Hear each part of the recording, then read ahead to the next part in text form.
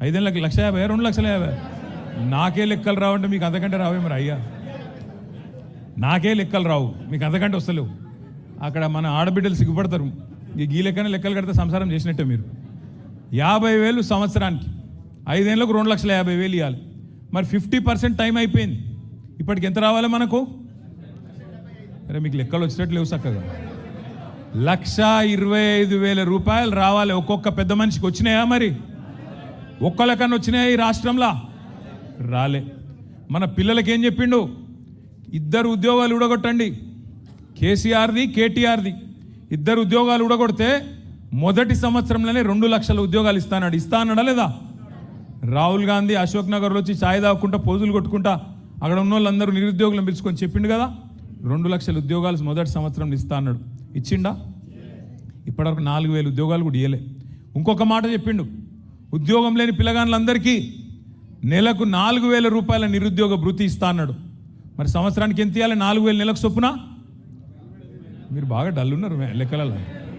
50,000, 48,000 round చేస్తే 50,000, 5 ఏళ్ళకి ఎంత అవుతుంది?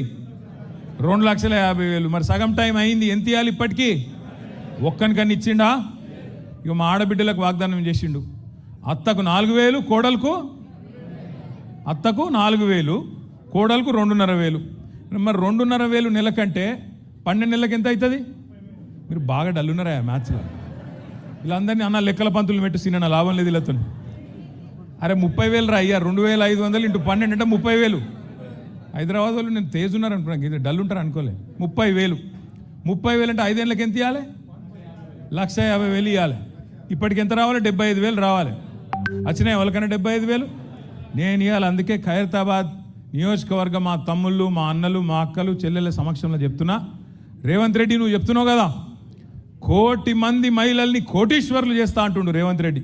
నువ్వు కోటీశ్వరులు చేసుడు దేవుడు ఎరుగు. లక్షాధికారులు చేయరా భయ్, నువ్వు ముందైతే లక్షాధికారులు చేయి. చెప్పినావు కదా ఒక్కొక్కరికి 1,50,000 ఇస్తా అని చెప్పింది కదా ఆడబిడ్డలకు.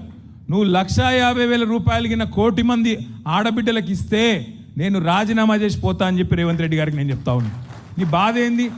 ఆయన బాధల్లో మన పదవులు కావాలనే కదా, మనం ఉండద్దు రాజకీయంలో, మనం పక్కకోవాలనే కదా. నువ్వు 1,00,00,000 మంది ఆడబిడ్డలకు బాకీతో సహా పోయిన 2.5 సంవత్సరాలు, వచ్చే 2.5 సంవత్సరాలు ఒక్కొక్కలకు 1,50,000 చెప్పున మొత్తం అందరికీ ఆడబిడ్డలకు 4,000 రూపాయలు వచ్చే 2.5 సంవత్సరాలు మొత్తం కలిపి 4,000 చొప్పున 40 లక్షల మంది మా తమ్ముళ్లకు, చెల్లెలకి తప్పకుండా రాజకీయమే వదిలేస్తా అని చెప్పి కూడా నేను నీకు విజ్ఞప్తి చేస్తా ఉన్నా.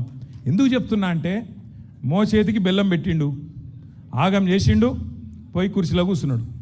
హైదరాబాదులు, ఖైరతాబాదులు మీరు నమ్మలే హైదరాబాద్లో ఒక్కడు కూడా కాంగ్రెస్ని నమ్మలే. ఒక్క సీటు కూడా ఇవ్వలే మీరు కాంగ్రెస్.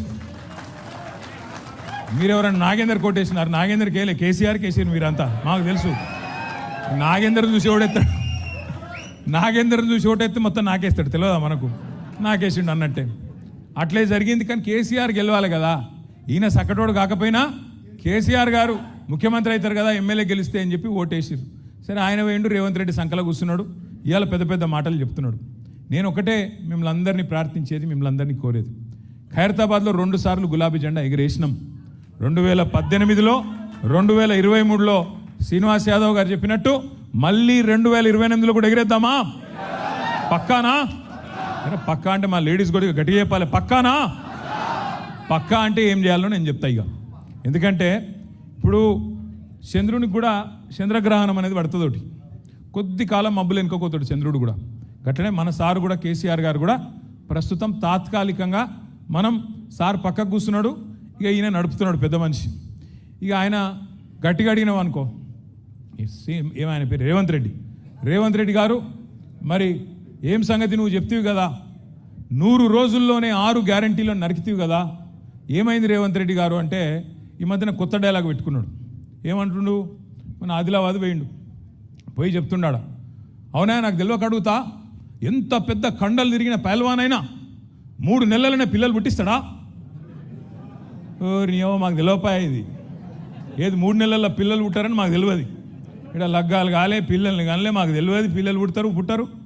నేను ఒకటే అడుగుతున్నా రేవంత్ రెడ్డి గారిని, అయ్యా 3 నెలల్లో పిల్లలు పుట్టరని మాకు కూడా ఎరికే, మా అందరికీ తెలుసు, నీ ఒక్కనికే కాదు.